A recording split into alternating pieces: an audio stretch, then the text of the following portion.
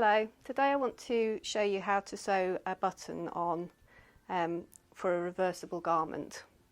So in this tutorial I'm going to use the Rosie pattern, which is available from my website, which is a little girl's dress and has a button on both sides, which makes it a little bit more tricky to sew.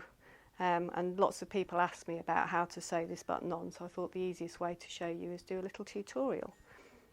Okay, so I've attached my thread, done a couple of stitches to secure the thread. I'm going to start with sewing the first button on this side, which is fairly straightforward. We can just sew the button on like you normally would. The one thing I want to mention at this point is creating a shank for the button, which you should do with any button that you sew on. In old-fashioned times they used to put a matchstick under the thread over the top of the button and sew round the two things to create a shank, but it's not really important to go to that degree as long as you're not sewing your button on too tight. Can you see how there's a little bit, it's just a few mil away from the fabric. So I'm going to carry on sewing the button on.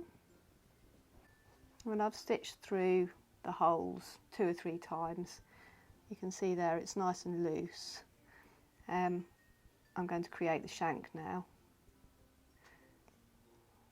There we go. So bring it through for one last time. And what you do is wrap the thread around the base of the button to tighten that shank up. Really what that does is create a bit of wobble, so when you tighten, when you do the buttonhole up, it doesn't tighten the thread and snap the thread and make your button fall off. So that's how you sew the button on anyway, but the difficult thing here is we're going to sew a button on the back. So I'm going to take the thread through to the back, and because it's reversible we want to sew it in exactly the same spot. I'm going to start by putting the button on. Again, we want to create a shank for this button too. But the difficult thing is you can't go right the way through to the back because you've got a hard button at the base. So I'm going to go through the hole and then into the fabric separately instead of one motion. So I'm going through the hole, out of the hole at the other side but not into the fabric, and then I'm going into the fabric afterwards. So it's kind of like a 3-part process. So again, I need to do 2 or 3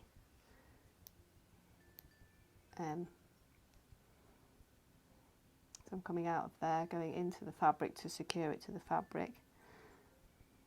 Ooh, needle slightly blunt. In through the hole, out through the second hole, and then into the fabric. And then I'm going to make my shank. I'm just about to run out of thread. There we go. And then a couple of stitches just to secure that. So I'm coming out but not going into the fabric, and then just under there somewhere discreetly do a couple of stitches to finish that off before I cut the thread.